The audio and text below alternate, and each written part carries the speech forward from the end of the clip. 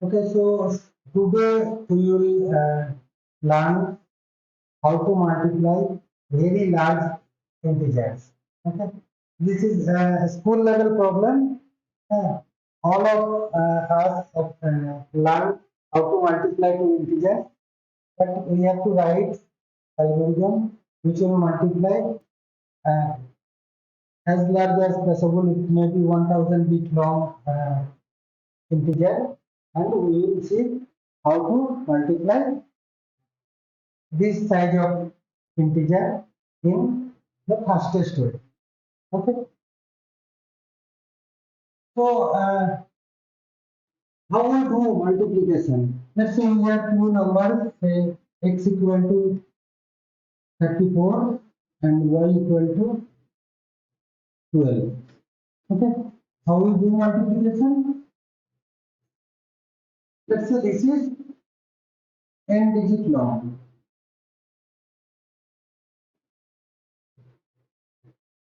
For the timing, let's assume both the integers are n digit long. If that is different, that does not matter. We can write algorithm for that also. Okay. So let's say there are two integers. How we learn the multiplying two integers in our school. So we have to select this integer and multiply it with both. So we get 8 here, 6 here. Then we shift one digit and to the second number we multiply this and multiply this. Then we have a followed by addition. Okay. So we write 8 there and then 0, then 4. Okay. So this is the multiplication algorithm we used to do in our primary school. Now, what is the complexity? This is n digit. Now suppose we have n digit long 1, 2, 3, 4, 5, 6, 7, 8, 9. Okay. And the another integer is 9, 8, 7, 6, 5, 4, 3, 2, 1. Now if we want to multiply, what we will do? We'll write multiplying with 1, then put across, multiplying with 2, and put across, cross means shifting. Okay. Shifting by 1 place. Okay, or you can in decimal system, the shifting means multiplying with 10. So we'll multiply with this number and into 100. So that will be added. So there are, for this element, we are going to multiply with all these three. So this take order of n terms. We have assumed n digit long integer. So multiplying this element with all the digits will take order of n. So in the next line, again order of n. In the next line, again order of n. So how many order of n? There also we have n digits. So it will sum up to order of n square. Okay. So this is the complexity of the multiplication we have learned in our school. Okay. Now can we do better? And how to handle very large number. Okay. So very large number has some problem.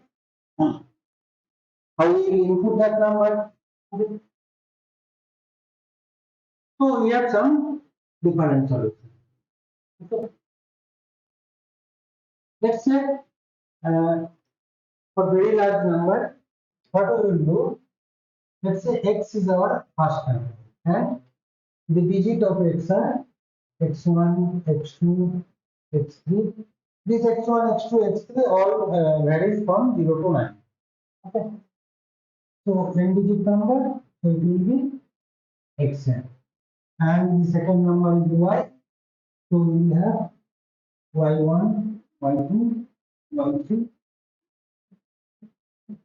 yn. Okay. This is two number. So how we will go for multiplication? This may be n may be very large. So what is the standard procedure? We split. Hmm. We will not take the tension of so many digits. So we will split it and we will represent this with smaller digits. So let's say we have x is split into two parts, x1 and x2. Okay. So let's say x equal to x1. No, we have already written x1, x2. So let's say something else. A. A into 10 to the power n by 2 plus b. So what is this A? A is basically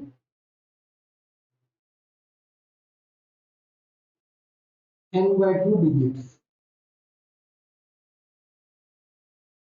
This is A and remaining part is B. Similarly, we can split this as C and this as D. Okay. First, most significant n by 2 digits are taken as A and remaining part is taken as B. Okay. It may be unequal based on whether n is odd or. So let's say x is represented in this way. So similarly, we can represent y also. So we write c into 10 to the power n by 2 plus d. Now multiplying x into y is basically a into 10 to the power n by 2 plus b into y means c into 10 to the power n by 2 plus b. Okay. So how we will reduce this thing? Simple distributive law. So a into this. So first component we have AC into 10 to the power n by 2 plus n by 2, so 10 to the power n plus a into d and b into c. AB plus BC into 10 to the power n by 2 plus b into d. Right? Now we have four multiplication here. One is AC, another one is AD, another one is BC, and B. So you can simply write an algorithm. Let's say algorithm is multiply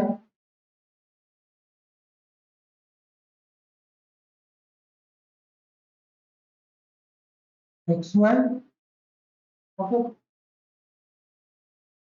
we have to multiply x and y. What we will do? We will do some splitting stuff.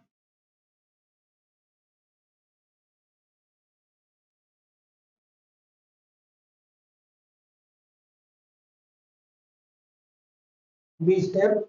Okay, we have to write there, and then we have to check if uh, sorry, splitting stuff will come later. First, we have to check if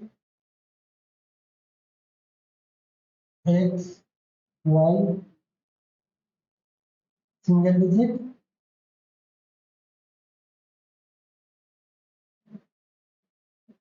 multiply and return. Then it's your. Okay. Else, split the element and multiply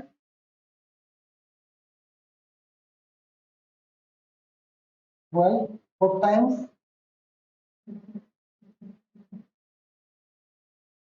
for this for AC, AD,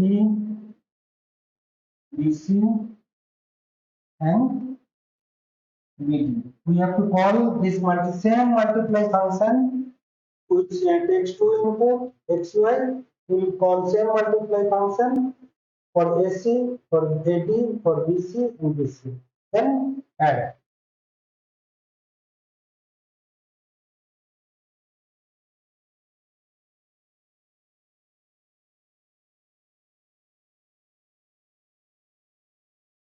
Okay, add using the above formula. So this algorithm will work. Now, if we check the complexity of this algorithm, x, y are n digit, so the complexity will be, this is a recursion, like my last lecture for how to compute the complexity of recursion, it will be Tn, okay, and this is constant time, order of 1, okay, and then splitting step will take order of n, and then multiply 4 times, it will be T of n by 2, but 4 times.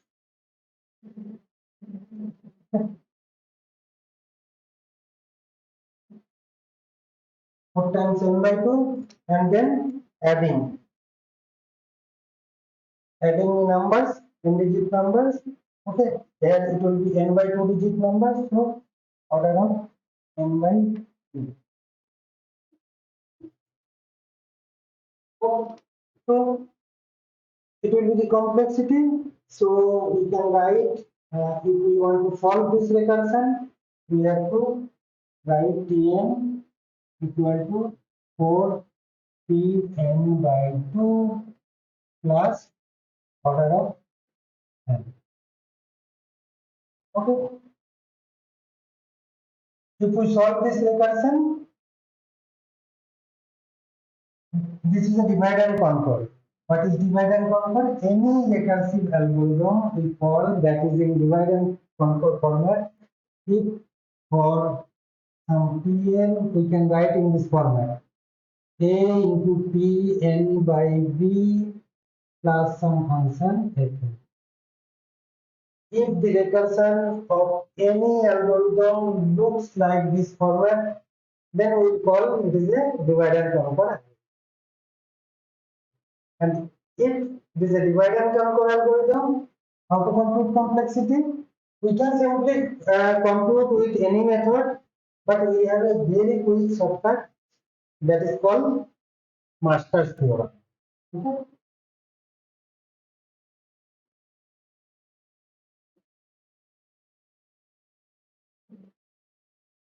Master's theorem tells that we have to compute. It look like complex thing in the book, but believe me, it is very simple. What we have to do? We have to compute two things. One thing, log of n to the power log a base b. Okay? We compute n to the power log a base b. And we have to check with fn. Which one is bigger? That will be the complexity. Okay. But if they are equal, take any one and into log n. That will be the complexity roughly. There is some more parameter in the actual Master's theorem, but for practical complexity, practical computation, this logic will work. Okay. So what we have to compute here? What is A here? 4. What is B here? 2. So we have to compute n to the power log A base B means 4 base 2. Okay.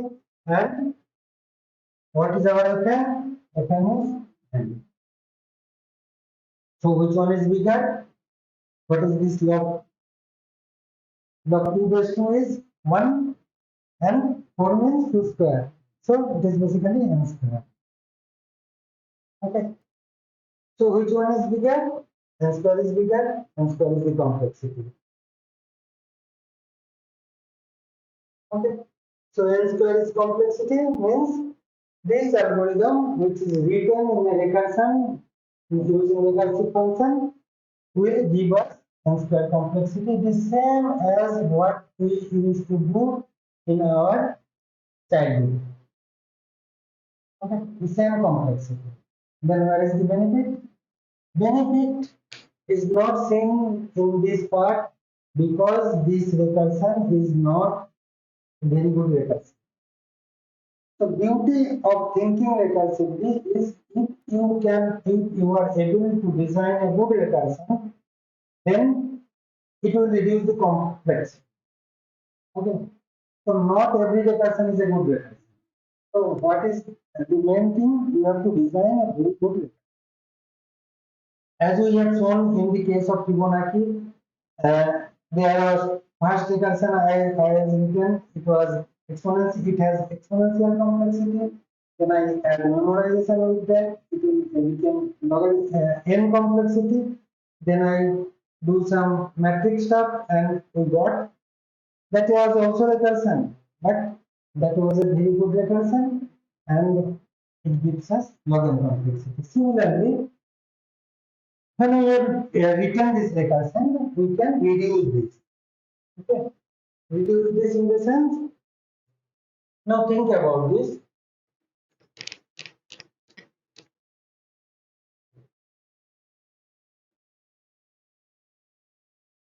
Do we really need this for multiplication? Suppose we have computed AC, okay, and we have computed BD. Okay, now let's compute A plus B into C plus D. Okay, these are two digits.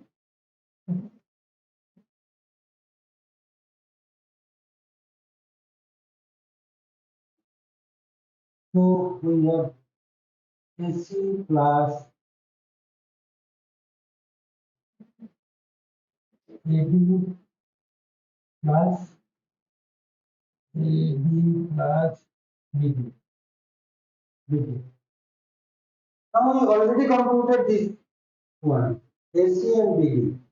Okay, so if we put this value here, then we can write this is A plus B into C plus D minus AC plus BD. What do we have? We have BC plus AB. Okay. In this expression, this value is equal to BC plus AB.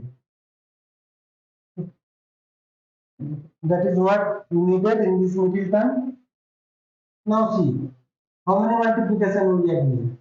This is number one, this is number two, and this is number three. So we are doing three multiplication, one, two, and three. And using this three multiplication of n by 2 digit, we can compute the value of the fourth one.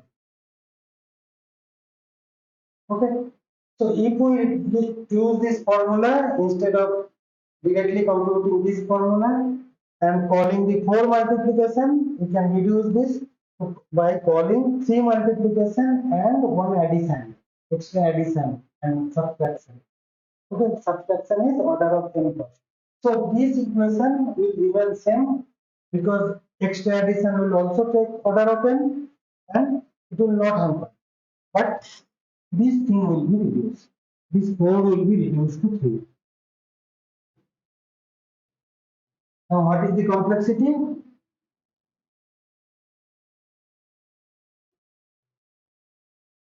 Now what is log 3 base 2? This is 1.6 point something, 1.6 something. Okay, so let's write 10 to the power 1.6. and the complexity has been reduced. So we can multiply the two large digit number while we are not taking the headache of uh, large number of digits and multiplying them, but we are splitting, and actual multiplication is done in the stopping condition when we are simply multiplying two digits, and remaining part is handling on the digit between them.